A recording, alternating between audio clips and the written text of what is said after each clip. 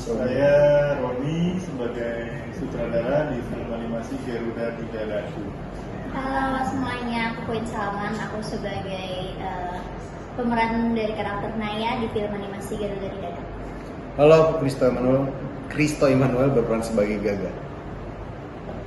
Boleh ceritain nggak sih animasi Garuda Tiga Daku tuh secara umum bercerita tentang apa? Mas Oke, film animasi Garuda Tiga Daku itu ceritanya tentang seorang anak laki-laki bernama Putra. Dia punya mimpi besar, tapi dia dihadapkan dengan kendala dan tantangan. Dia pertama kondisi fisiknya tidak mendukung. Dia punya penyakit asma, dan selain itu badannya juga relatif lebih kecil dibanding anak-anak seusia sepantaran dia. Di saat yang bersamaan dia tidak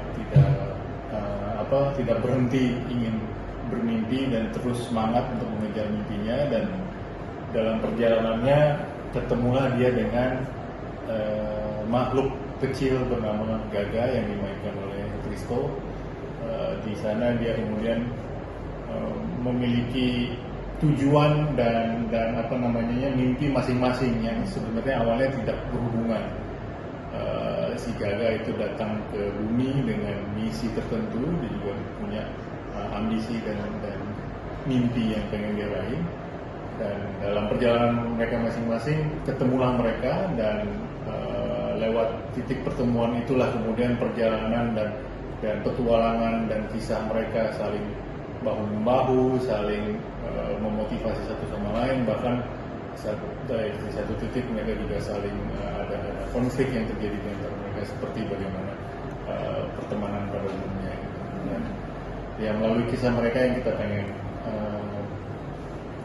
bicarakan dan sampaikan kepada penonton, khususnya anak-anak dan generasi yang akan datang, adalah supaya mereka berani bermimpi, dan meskipun nanti ada masalah, kita akan selalu punya keluarga gitu, akan selalu punya teman-teman dekat kita, kita punya orang tua kita yang akan selalu membantu dan menyemangati kita kembali. Oke.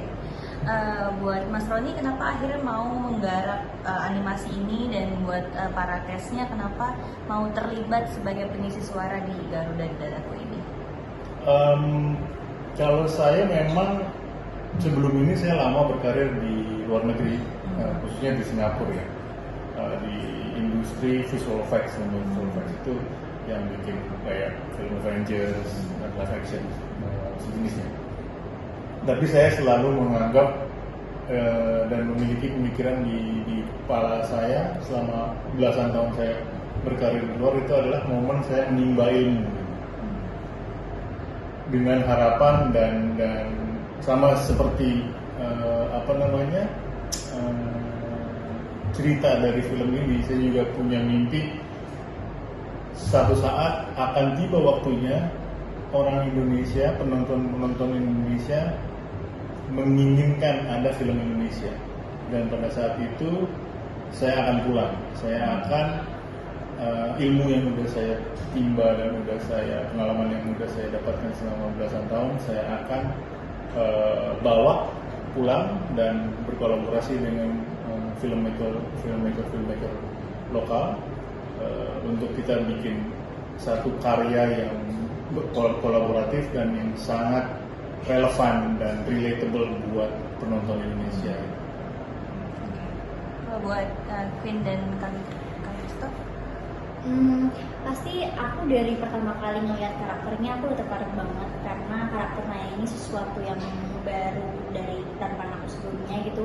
Terus kayak yang berbeda banget dari aku, dan justru itu yang membuat aku makin pengen buat kayak challenge buat karakter yang baru, yang keren, apalagi di film animasi gitu. Jadi bisa berimajinasi lebih luas, kayak bisa menghidupkan karakter Naya ini. Terus juga pas dari awal casting udah ngelihat semua visualnya, ceritanya, bentuk karakter aku seperti apa, itu sangat tertarik sekali dan menyenangkan sekali sih semua prosesnya. Jadi aku langsung mau. Kalau aku sih simpel ya, karena di Indonesia itu film animasi bukan sesuatu medium yang sering terjadi. Jadi saat ada opportunity seperti ini, tentunya aku langsung excited untuk mencari tahu lebih lagi soal film Garuda di Dadaku versi animasi ini gitu. Terus pas tahu dapat perannya adalah seekor burung Garuda kecil, semakin tertarik karena aku belum pernah mendapatkan peran seimut itu gitu kan, karena bentukannya kurang imut. Jadi kayaknya ini adalah peran yang once in a lifetime opportunity lah gitu. Oke. Balik lagi ke Mas Roni, berarti memang bekal berkarir di Singapura itu yang jadi alasan utama, oh Garuda di Dadaku ini harus dalam bentuk animasi atau gimana Mas? Oke, waktu itu saya berkomunikasi awalnya dengan kreator IP Garuda di Dadaku yang Mbak Shanti, salah satu kreatornya. Tapi waktu di awal-awal kita belum ada pembahasan bikin apa. Tapi memang udah clear kita mau bikin animasi nih Ron. Dia ajak saya ketemu, kita ngobrol, kita mau bikin animasi nih Ron. Dari berbagai macam possibility idea, memang ada salah satunya di sana Garuda di Dadaku, karena itu IP yang sudah established dan udah ada buah film dan udah punya masa fanbase lah katakan sebagai sebuah produk entertainment ya. Tapi di luar itu juga konsep atau bukan konsep, tema tentang bola, sepak bola dan anthemnya sendiri Garuda di Dadaku, lagu itu juga udah benar-benar jadi anthem nasional gitu, kayak lagu nasional.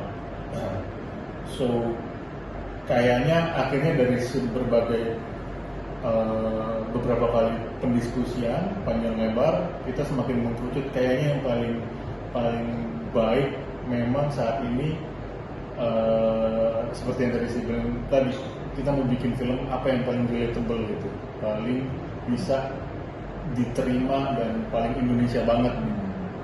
Itu semua diskusi panjang lebarnya mengkerucut ke Garuda di Dadaku dengan pertimbangan tadi. Tapi memang kita awalnya udah komit ini harus animasi. Ya kalau nggak saya nggak mungkin, nggak ada alasan buat saya terlibat gitu. Mereka memang pengen. Tapi di luar itu kita diskusi apa yang kemudian harus beda dari live action, dari film-film yang udah ada, dari bentuk-bentuk produk Garuda di Dadaku ini yang udah ada. Waktu itu kita membahas dan menyimpulkan bahwa format dan medium animasi ini harus lebih out of this world, harus lebih elevated dari reality, harus lebih ekspresif dari ide, dari komedi, dari storytelling, dari desain karakter. Makanya itu akhirnya kita muncul karakter seperti si Gaga, meskipun dia burung atau binatang gitu ya, dan fantasi, tapi kita juga harus challenge-nya adalah membuat personifikasi atau karakterisasi si Gaga ini berasa seperti halnya insan individu seperti manusia gitu, bukan creature, bukan monster, tapi punya kepribadian yang sehingga kita juga bisa relate, oh kenapa si Gaga bisa marah dalam sebuah kondisi, kita bisa paham juga kenapa dia berpikir seperti itu challenge ini. Jadi harus ada ground yang sangat bisa di-relate sama penonton, tapi at the same time kita pengen hadirnya lebih ekspresif gitu, jadi lebih exciting. Berarti kehadiran Gaga bukan cuma sebagai pembeda dengan versi live action, tapi juga sebagai yang kuat di cerita Garuda di Dadaku animasi ini ya Mas? Oh iya, karena ibaratnya kita makan mie instan, Gaga tuh cabai rawitnya buat orang Indonesia. Oke, buat Kak Kristo ini pengalaman pertama mengisi suara atau sudah kesekian Kak? Secara timeline kehidupan, technically ini film panjang animasi pertama yang ku ambil, karena ini aku udah ngerekamnya dari kayaknya awal tahun lalu ya, iya sih, ya kan awal tahun lalu bener ya, gitu udah lama lah. Terus sebelumnya tuh pernahnya ngisi suara buat iklan gitu, tapi belum pernah saat pas aku rekaman pertama kali itu sebelumnya belum pernah main film panjang animasi gitu. Jadi akhirnya hobiku impersonate suara-suara kartun kepake di sini. Itu nyesuaiinnya gimana tuh Kak? Udah banyak kan ya adegannya dan suaranya jadi suara burung gitu, itu gimana nyesuaiinnya? Cukup challenge sih, karena biasanya selama ini kalau impersonate suara kartun kan paling cuma 1 menit videonya gitu, paling cuma 2 menit lah maksimal. Nah kali ini kan film panjang gitu, jadi gimana caranya bisa membuat suara karakter Gaga ini konsisten dan memiliki ground yang sama gitu, memiliki warna suara yang sama saat dia marah, saat dia sedih, saat dia bahagia. Itu tuh nggak pas bahagia tiba-tiba jadi Kristo gitu. Nah mencari titik sweet spotnya itu cukup PR, dan untungnya kita juga bekerja sama dengan orang-orang profesional dalam bidangnya gitu. Ada vocal coach, ada juga apa itu namanya, voice director ya, iya ada voice director gitu. Dan mungkin saya nambahin, jadi ini kredit juga buat Kristo soalnya. Jadi awalnya kan kita ada desain karakter ya, belum ada tuh ide suaranya seperti apa, belum ada ide castnya. Waktu itu kita approach Kristo karena mungkin dia bisa cocok, dan tapi kayaknya ini proses diskusi yang udah kita udah agree Kristo yang akan mainin, dan begitu kita lihat gambarnya justru Kristo bilang justru ini akan menarik kalau meskipun karakternya lucu, imut, chibi gitu kayak di trailer kan, tapi suaranya jangan imut. Iya nggak? Iya. Oh menarik, gimana tuh? Terus ya kita bahas terus do something like this gitu. Terus kemudian dia ngeluarin contohnya gitu sambil dan oke, gitu. Jadinya it's a collaborative proses gitu pada akhirnya. Jadi kita sebagai kreator nggak banyak benar-benar membangun dinding-dinding yang telling gitu ya, tapi kita sediakan wadahnya gitu, dan kita mengundang para talent voice actor dan aktor kita untuk come on let's create something together dengan berkolaborasi bersama. Sama halnya juga dengan karakternya Yun nanti dengan Naya. Okay. Kalau untuk mengisi suaranya itu terpaku pada skrip kah? Karena kan ada yang teriak ya, ada yang itu, atau ada improve-nya gimana Mas? Sebenarnya kalau emang ngomong terpaku pada beberapa terpaku pada skrip sih, tapi kayak kita banyak take efforts, jadi banyak kayak pas nendang bola itu tuh dari vocal director, dari vocal coach, dari Karoli juga yang ngarahin kita gimana sih suara orang lagi nendang bola, gimana sih orang lagi abis lompat gitu-gitu, terus kayak kalau lagi capek kayak gimana, soalnya itu kan bisa kalau di film animasi diekspresikan hanya lewat suara gitu kan. Jadi menurut aku itu juga sebuah challenge sih buat niruin suara-suara itu biar jadinya pasti film tuh kelihatan natural, nggak dibikin-bikin gitu. Biasanya pakai gerakan juga, misalnya nyangkramin tangan atau megangin bantal atau kayak gimana biar suaranya keluarnya persis sama yang di animasi nanti gitu. Tapi kalau mengisi suara itu bagusnya yang keluar ketahuan, oh si Gaga nih tahu nih pasti Mas Kristo yang main, atau si Naya ini pasti Queen, atau justru berbeda seperti suara asli. Yang bagus gimana sih kalau dari karakter? Gimana vocal coach? Oh belum terhubung. Kalau aku pribadi sih ngerasa yang bagus adalah yang distintif gitu. Orang pas denger langsung tahu, oh suara Gaga nih gitu. Kayak kita kalau denger suara Olaf ngomong kan tahu ya itu suara Olaf. Atau Doraemon. Iya Doraemon. Suara Putra pun aku ngerasa distintif banget gitu suara kayak, karena walaupun orang maksudnya suara orang gitu kan, suara anak, tapi kayak he has a character to his voice gitu. Jadi itu sih kalau menurut gue. Oke. Kalau Queen kan ini seperti yang kita tahu ada karakter yang sudah melekat nih, karakter animasi itu ngebedainnya gimana Queen dengan Naya sekarang dengan yang sebelumnya? Itu beda banget sih. Kalau karakter aku sebelumnya tuh kan lebih soft spoken, lebih halus, lebih bahkan pas castingnya itu aku cuma giggling doang gitu. Kalau di sini aku emang harus suaranya tuh bukan berat ya, lebih ke suaranya kuat, powerful lantang, gitu. Iya harus lantang karena suara aku tuh yang membuat nanti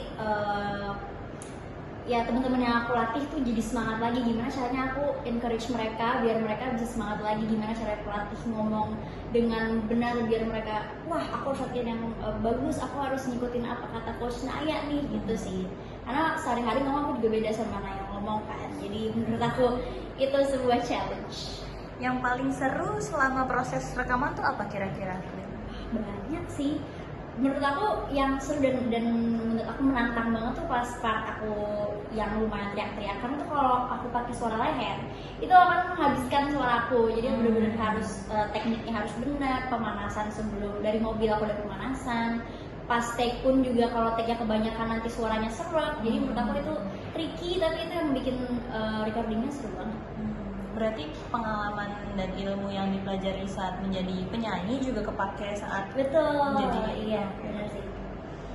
kalau ini kan tentang sepak bola ya Queen. Kira-kira Queen mempelajari dulu kan atau gimana tuh? Iya dong pastinya, karena aku bukan orang yang ngerti banget bola gitu. Aku cuma tahu dan adik aku nih suka banget bola. Dia kayak pencinta bola, dia bahkan pencinta film Garuda di Dadaku. Dia nonton 10 kali di rumah, kayak hampir setiap hari dia nonton. Jadi dia kayak, ini film yang suka ditonton sama adik aku nih akan dijadikan film animasi dengan cerita yang baru lagi gitu. Jadi aku banyak belajar sama dia. Ada hari di mana dia ngajarin aku, ini tuh maksudnya passing tuh ini tuh ini. Oh iya, aku nggak tahu. Jadinya dia yang ngajarin aku. Coach ya. Sebenarnya Naya tuh punya coach lagi, yaitu ada aku sendiri. Gitu. Itu ngebantu banget sih. Oke. Kalau buat Mas Roni, kenapa ada alasan spesifik kah? Kenapa harus Gaga ini harus Mas Kristo? Kenapa Naya ini harus Queen gitu? Ya karena memang kita memang melewati proses casting seperti film pada umumnya. Jadi dalam prosesnya eventually memang akan narrow down ke mereka sih. udah cocok banget aja gitu kayaknya kalau if I see it now. Nah, tapi yang menarik adalah the voice of Gaga is Kristo, the voice of Queen is Naya is Queen, the voice of Putra is Keanu. But how? Voice-nya seperti apa gitu? Dan ya tadi yang si Queen bilang tegasnya seperti apa? Dan kita bukan hanya pengen Naya ini satu dimensi, bukan hanya tegas doang, tapi dia juga bisa open saat misalnya teman-teman atau warm dan teman-temannya datang dengan masalah mereka untuk curhat dalam cerita ini. Nanti mungkin ada momen di mana Putra datang ke Naya minta nasihat dan lain-lain. Itu tetap harus believable gitu, bahwa Naya bisa nih, dia bukan tegas, tapi saat temennya butuh, orang jadinya nggak, kayaknya Naya nggak gitu deh, bukan. Tapi it's a whole gabungan karakter yang ada dalam diri Naya. Gitu. Nah itu yang kita kemudian explore bareng sama Queen. Gimana Queen? Kalau tadinya kamu tegas, tapi kemudian teman kamu lihat misalnya sakit atau sedih, how do you approach itu? Kita sebelum mulai record nih kita bahas dulu kayak gitu. Sama halnya juga dengan Kristo. Si Gaga ini meskipun dia cerewet, bawel, tapi jangan sampai dia terdengar annoying gitu. Tetap kan dia harus seperti the sparks of the whole story. Dia tetap akan menjadi daya tarik yang sangat kuat. Anak-anak kita harapkan tetap Gaga gitu, Gaga main best friend Gaga gitu. Bawel. Gimana kita strategikannya segala macam. Dan saat dia marah juga jangan kelewat batasnya di mana sih Gaga ini. Hal gitu yang kemudian kita gali. Oke, kayaknya gini, let's go itu recording. Proses recordingnya itu kan sendiri-sendiri ya kalau nggak salah. Kalau bukan yang dihadapkan, si aktor ini ngobrolnya bareng ini, itu gimana biar tetap hidup tapi nggak saling bertubrukan antara si karakter ini dan karakter ini ketika disatuin, itu ada caranya kan Mas? Itulah pekerjaan kita. Yes, itu nggak profesional itu sih. We just doing our job. Nggak, maksudnya kayak kalau menurut kayak misalnya seorang aktris perempuan belum punya anak, terus memerankan jadi seorang ibu, kan dia harus jadi ibu dulu gitu. Ya memang itulah tugasnya, itulah tugas seorang aktor untuk menjalani PR-nya. Ya sama kita juga aku nggak harus jadi burung dulu untuk menjadi Gaga gitu. Jadi sama kayak aku juga yakin Naya juga dia nggak harus pergi ke lapangan bola dulu ngebayangin satu film menjadi ini. Ya itu memang tugas kita sebagai aktor adalah membayangkan oh lawan main kita akan delivery seperti ini, berarti kita ngomongnya balasnya seperti ini porsinya adegan ini porsinya siapa yang megang adegan ini nanti gantian lagi gitu. Jadi kita membuat seluruh adegan itu menjadi seimbang dan itu adalah tugas kita sebagai aktor. Oke. Balik lagi ke Mas Roni. Ini kan animasi di Indonesia ada yang meledak banget atau bahkan yang penontonnya maaf agak kurang. Kira-kira gimana yakinnya Mas Roni kalau film ini tuh bakal menggait banyak penonton dan yang penting itu semua umur tuh gimana tuh Mas? Nggak hanya Untuk film anak-anak. kita? Sugian, jangan mas, Sugian, jangan mas, jangan. Masih bisa? Kita udah banyak riset pastinya, kita udah banyak RGD, bahkan jauh sebelum kita mulai proses produksi, mulai dari nulis ceritanya, proses saat kami cerita kita proof konsep dulu ke beberapa eksternal dan fresh perspektif gitu ya. Dalam setiap tahap itu juga kita adakan milestone itu checking gitu. Sampai akhirnya yang kemarin terakhir juga kita udah ada FGD pada saat udah hampir completion. Kalau ditanya gimana caranya, itu mekanismenya gitu, secara teknis. Tapi kalau secara kreatif, memang kita harus banyak menangkap dan mungkin itu juga yang kenapa membuat screen time gue tinggi tadi tuh. Jadi gue banyak lihat masyarakat Indonesia karakteristik yang ditonton seperti apa gitu ya, yang dikonsumsi sebagai entertainment itu seperti apa. Jadi gaya komedi atau gaya jokesnya, gaya bercandanya mungkin harus yang sedemikian gitu supaya bisa kena gitu, nggak dianggap cringe kalau anak-anak sekarang bilangnya, atau kalau anak-anak teman-teman saya bilangnya garing gitu, beda zaman. Tapi ya itu tetap jokesnya bisa kena, karakternya juga believable, dan yang paling penting first and foremost buat saya, karena ini benar-benar 100% departemen saya di animasinya, itu saat gagak nanti kita nonton di layar, dia bergerak and behave as if he is Gaga gitu, bukan Kristo yang masukin suaranya, bukan ada animator yang gerakin, dia bukan ada yang ngasih warna gitu. It's a living being behaving in that universe gitu. Itu animasi. Jadi kita lupa bahwa di balik ini ada suaranya si Kristo, di balik ini ada suara Kiara, di balik ini ada suaranya Queen. But they are Putra, Naya, and Gaga in that universe. Okay. Jadi nostalgia juga nggak sih Mas? Maksudnya kan Garuda di Dadaku ini kan terkenalnya pas zaman Gen Z masih 10-11 tahun gitu. Awal-awal Gen Z. Sementara buat anak yang masih kecil ini tuh cerita baru lah untuk mereka gitu. Ada faktor itu juga nggak sih Mas? Iya, memang kita nanti ada masukin unsur nostalgianya, dan universe cerita Garuda, film animasi Garuda di Dadaku ini masih satu universe dengan live action. Kayaknya saya nggak mau spill terlalu banyak nanti jatuh jadi filmnya, tapi ada kesamaan universe di sana, dan kita juga memperhatikan secara serius bagaimana ini bisa menjadi sedikit banyak nostalgic buat penontonnya live action aslinya. Oke. Terakhir, kalau bisa digambarkan dalam 3 kata film ini tuh apa sih? Satu-satu. Gimana? Nanya. Ya, dulu. Anggir. 3 kata ya? Hopeful, fun, dan Gaga. Ini kan Gaga the movie tau sebenarnya. Oke deh kalau gitu. English title-nya ya? Ya, Gaga the movie English title.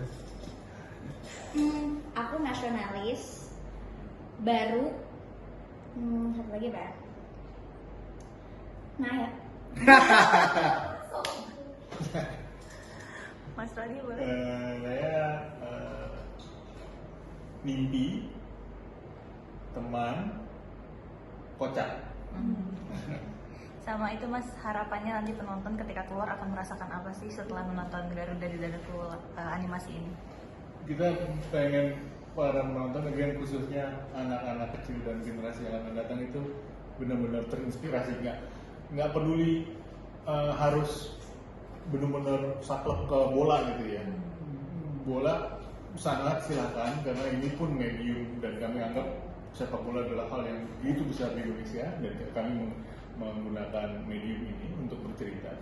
Tapi yang kami harapkan mereka yang punya passion, mimpi dan cita-cita di bidang apapun, mau jadi animator, mau jadi penyanyi, mau jadi pesulap bahkan atau yang very random tapi mereka punya call dan interestnya menjadi terinspirasi gitu dan bisa menarik benang merahnya bahwa oke, saya harus berani bermimpi dan saya akan semangat mengejar mimpi tersebut.